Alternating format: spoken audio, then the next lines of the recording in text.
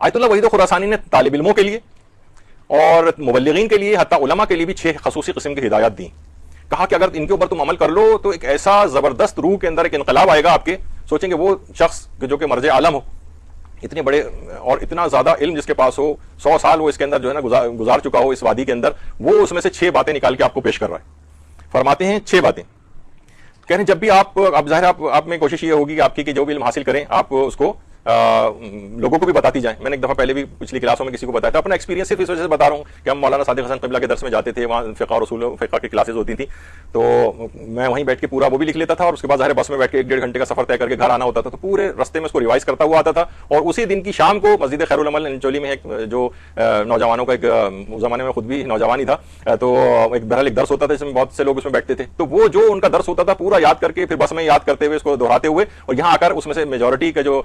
Points ہوتے تھے وہ اپنے درس میں یہاں پر بیان کر دیتا تھا. تو کیا ہوتا تھا کہ بہرحال جب آدمی حاصل کرنا شروع کرتا ہے تو دوسروں کو بھی پہنچاتا ہے, اس طرح اس کو بھی وہ چیز یاد ہو جاتی ہے اچھی طریقے سے. تو فرماتے ہیں کہ جب بھی آپ بیان کریں, جو بھی علم حاصل کریں اور لوگوں کو بیان کریں, تو اس میں بیان فضائل معصومین ضرور ہونا چاہیے, خاص طور پر اس کے اندر خود احادیث معصومین ہونی چاہیے. معصومین کے فضائل ہر اس کے اندر ضرور بیان ہونے چاہیے. آج کل دیکھیے بہت سی مجالس ہم دیکھنے میں آ رہی ہیں کہ اس میں جناب صرف اپنے بیرونی ممالک کے قصے اور ادھر ادھر کی باتیں, اس میں پوری حدیث کو آپ ڈھونڈ ڈالیں گے نہ اس میں کوئی قرآنی آیات بعض اوقات ملتی ہے, نہ اس کے اندر پوری تقریروں میں لوگوں کی کوئی حدیث ملتی ہے معصومین کی. یعنی آپ خود سمجھ جائیں کہ ہم نے کیا حاصل کیا, یعنی ایسی کون سی مجلس ہے جس میں بیان فضائل معصومین ہی نہ ہو. لوگ سوچتے ہیں یہ تو کب تک خیبر و خندق پڑھتے رہیں گے وغیرہ, تو پورا اسلام فقط ان جنگوں پہ تو نہیں, اور ان جنگوں کو بیان کر اس میں سے بھی نئے نقطے نکال کر فضائل معصومین آپ بیان کریں. تو بہرحال وہ فرماتے تھے کہ بیان فضائل معصومین یہ لازمی ہونا چاہیے. 6 ہدایات جو انہوں نے دی ہیں ان میں سے ایک ہدایت. دوسرا بیان مسائل و احکام ہونا چاہیے.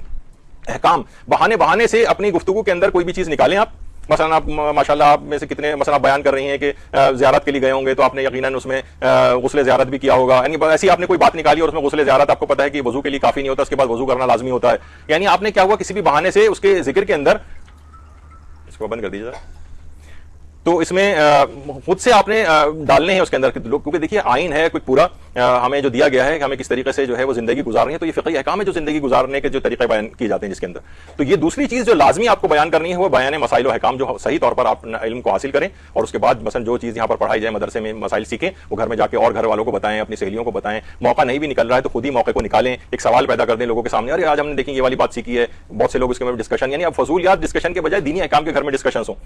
تیسری چیز وہ فرماتے ہیں دفع شبہات. آج کل دیکھیے کتنا زیادہ شبہات ڈالے جا رہے ہیں, یہ زیارت اناتھینٹک ہے, یہ مثلا یہ حدیث اناتھینٹک ہے, یہ فضائل معصومین اناتھینٹک ہے, یہاں پر یہ شبہ ہے, یہاں پر یہ شبہ ہے. ایک شبہات کی ایک وادی, ایک بہت بڑا ایک سمندر ہے, اس کے اندر لوگوں کو ڈالا جا رہا ہے. تو لوگوں کے سوالوں کے جوابات, بہت سارے شبہات ہوں گے, یہاں شبہات کے جواب دینے کے لحاظ سے بھی کلاسز ہوتی ہیں, اور اس کے اندر ان سب چیزوں کے دلائل بیان کیے جاتے ہیں. آپ لوگ بھی سیکھیں اور لوگوں کو اس لحاظ سے سکھائیں. تیسری ہدایت جو طالب علموں, علماء یا مبلغین کو آیت اللہ وحید خراسانی دیتے ہیں.